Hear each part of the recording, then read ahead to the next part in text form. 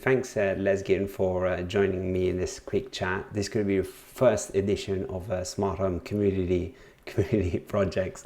But you did an awesome project that I found on Facebook, and you got a blog, right? Also, but your automation is something with fridges, cameras, ESP32s. Do you want to talk to us a bit more about your project and sort of how it all started, and also what are you doing with it?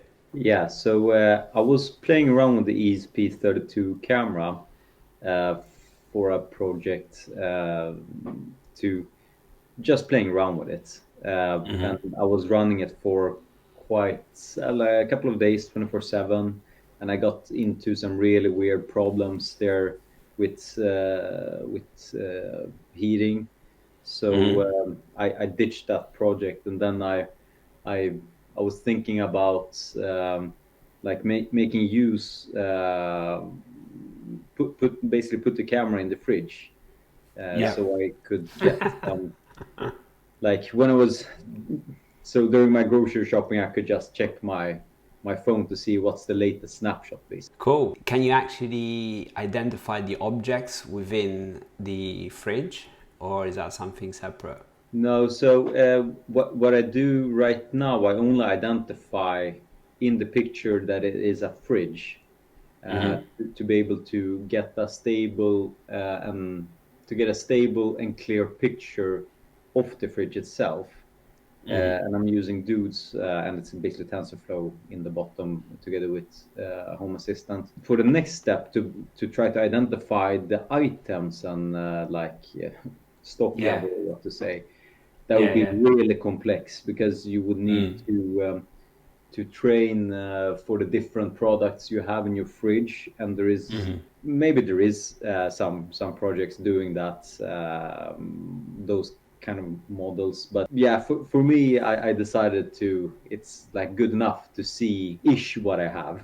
So it's like a snapshot. And when do you do the snapshot? Is it like every 15, 20 minutes, or is it some sort of based on an automation? No, so it's kind of based on a on automation, you can say. Basically, when I open the fridge, the Yeah. camera is hanging on the actual the fridge door, so it have an angle into the fridge, and then I have Home Assistant and Dudes consuming the picture all the Yeah. time.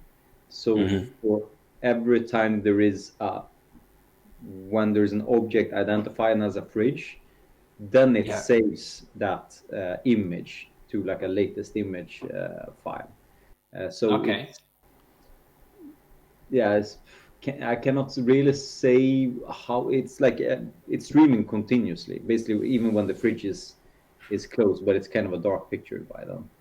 And I was in the And beginning, I was looking into more like a more simplified one um, with some sensors when the doors is opening, but you have the problem with the doors in motion, and the door really needs to be kind of still to be able to get a clear picture of the fridge. So so is that's it when when the it door's completely open, then that picture happens?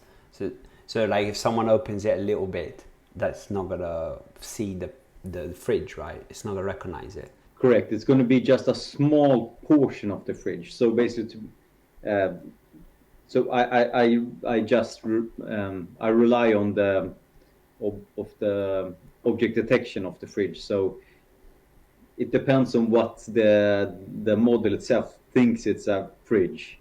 But Yeah. basically, when there's a good enough opening, and when the door is and the image is kind of clear, then it's taking a picture. And sometimes when I open the door and take something out and close it, it doesn't really. It's not that fast, but Yeah. it's good enough fast. So I don't know. Let's say every fifth time or fourth time you open the fridge is probably going to take a picture. Yeah, yeah, I guess because like especially when sometimes you open the fridge, you're just thinking of what to get or you're restocking, then that would be perfect time to take a good snap. And so in practice, right, is it yourself using this? Like you're at the grocery store and you pull up the image, or is it now like your whole, all of your family, if you're living with family, everyone's using it now? It's only me using it because I have kind of a privacy focused setup with like VPN and stuff like that, and it's not that easy for everybody else to use it. I'm more into that part. But so I am the one that have that actually when I'm at the grocery store, but at home we use it with it together. Cool, awesome. And I know this is you know, a lot of people that are watching this are going to be interested from all the technical point of view and about yourself in general. But like, if you think, has this actually made you save money or not waste food? Because you know how important it is now being green, right? Do you think this is really a project for that purpose? To be honest, it's very simple for the setup what is used right now. So no, but if you could take the next step to identify what you're putting in and out and when, then yes. But maybe that will be a little bit complex, and maybe you need like to have like a simplified barcode scanner or something like that. Yeah. But short answer is no. But I hope that it will inspire. I know I, there is some fridge cameras I run over to, and I know like is it Samsung or something else? They had like a fridge also with a camera, and I've read something about Amazon is producing one. So hopefully, and you don't really need to bother to order new stuff either because it will probably do it by itself. Yeah, it feels like that's the dream. It feels like you know, we're trying to do what we can with our hardware, and that's the fun part of the home automation. So you said about your focus is privacy. How are you accessing Home Assistant from outside the network then? So I'm using WireGuard Yeah. to basically to VPN to the setup and only to be able to access the the Home Assistant server. It's kind of lightweight, doesn't consume a lot of battery. Sadly, it's not easy to get it to be to to turn on and automatically when you restart your phone, and sometimes you forget it. And yeah, but it works quite good. That's great. So, what do you need if you or the viewer wants to sort of replicate their own? What hardware and software would they need to get this fridge sort of camera automation done? Yeah, so you would need the ESP32 camera that you can run and deploy ESP Home on, and then Home Assistant, preferably on a little bit more powerful machine than a Raspberry Pi, or you could use the Coral AI TPU to offload a little bit on the image processing, and then you need to process DOODS. Sorry, you need to run the DOODS project also. But that's basically you get TensorFlow as an REST API, basically with some standard models. Then you glue it together through Home Assistant. So how are you powering the device? Have you got like a USB close? Yeah, so I have like I think it's 3 or 4 meters long USB cable that I have. I have a plug at the back side of the fridge, and I have the cabling through on the side of the door, hitting it into the what's it called? The isolation part on the Yes, side of yes, the yeah, fridge. the isolation part of the fridge. Yeah, I Yeah. understand. So I kind of hide it all the way until I pop out the camera. Oh, okay, okay. So it's quite hidden then. It's not in the way, the cable and nothing. How difficult was this for you? And I guess like how much of you're an expert like in Home Assistant, or how do you feel with it? Difficulty, well, you can just rip off the part I've built, so it's not going to be that difficult to do it. But in general, yeah, it takes some little bit time the main problem is when you're kind of focusing on privacy, you cannot piggyback on what other are building and selling. So it's everything's a little bit harder in general. But yeah, with the blog post I did, it's kind of just copy paste, get the hardware, and put your cable neatly and plug it in. Yeah, well, we're gonna have a link in the description from your blog post, so people can go jump over there and comment. And what's the best way? Is there a way to get in touch with you if people have questions? Can they comment on the blog? I don't think I actually enabled the commenting functionality. I can't remember that. But I am available on in the Facebook group for Home In the Assistant, Facebook. Cool. or In the I Home also Assistant posted group. it on Reddit, so you can comment there, and I'll reply and answer. And of course, if you comment on this video, I will Sure. answer. You'll keep an eye on it, yeah. Oh, nice. And what other? Well, I think I've got a couple more questions. So you talk about Home Assistant and not having it installed on the Raspberry Pi. What are you sort of using to run Home Assistant then? So I'm running it on an Intel NUC in a VM and a Docker container, and it's a fairly powerful CPU I use together with the Coral AI device. But I don't actually use the Coral AI in this case for the fridge because I don't really need have like a super accuracy of every time I open, so it's good enough for me to just use the CPU.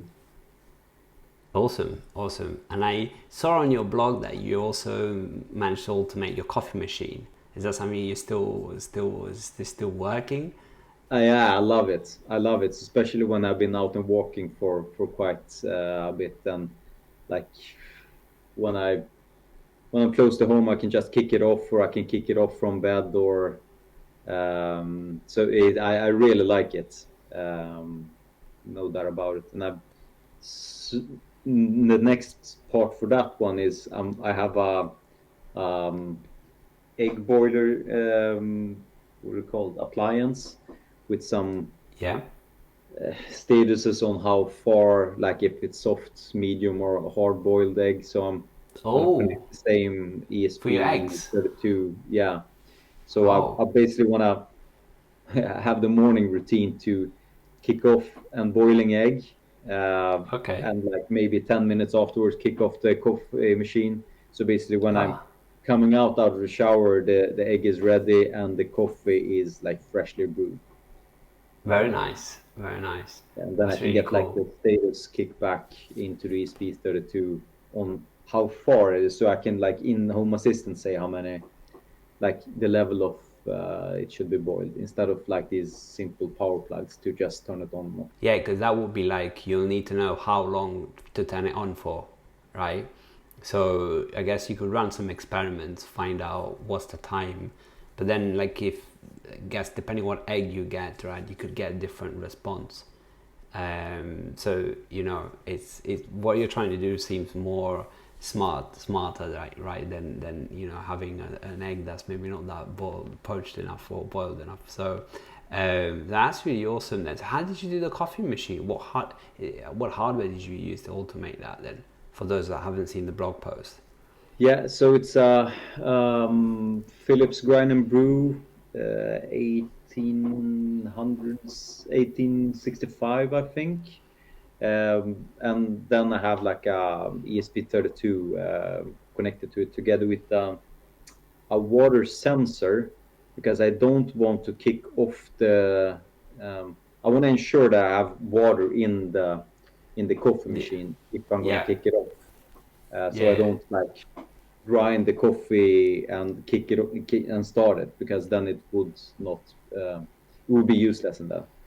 So I use ESP32 together with a water sensor, so it's like measuring the water through the plastic, and then the Philips grind and brew machine. It's been working for yeah, I think it's like over a year, and Nice. it's quite nice. Yeah, that's cool. That's very good. And yeah, I guess, is there any other automation, the unique one that you want to share, or what can we expect for the future apart from the egg boiling? So I'm looking into like the privacy focused voice assistants. I think it's called Raspi. So Okay. I'm gonna kit the home with four or five different like these Raspberry Pi Zeros together with the Respeak add-on card, and use the Raspi voice assistant to troll a little bit with Cool. like the wake up words and those kind of things. Sounds like a really fun project. Are you going to be doing like text to speech stuff like that through these Yeah, speakers? Yeah. Nice. and Nice. I Nice. really like to troll my people around me. So that is going to be quite a good tool to do that. Absolutely. Well, it will be awesome. Looking forward to seeing that. Then I'll keep an eye on your blog posts. I'm sure everyone else will pin it. Well, Lezgin, it's been a really, really great pleasure, for these 15-minute interview. So I wish you all the best with your coffee and everything. Thanks for coming on the channel. Thanks, mates. So I hope you enjoyed that video, and if you want to participate in the next smart home community project, let me know in the link description down below. Let me know the details of the home automation project you want to show, and I'm sure we can find some time and get you booked in. This is Gio from Smart Home Makers. I'll leave you with some cool other video right over here. See ya. Ciao.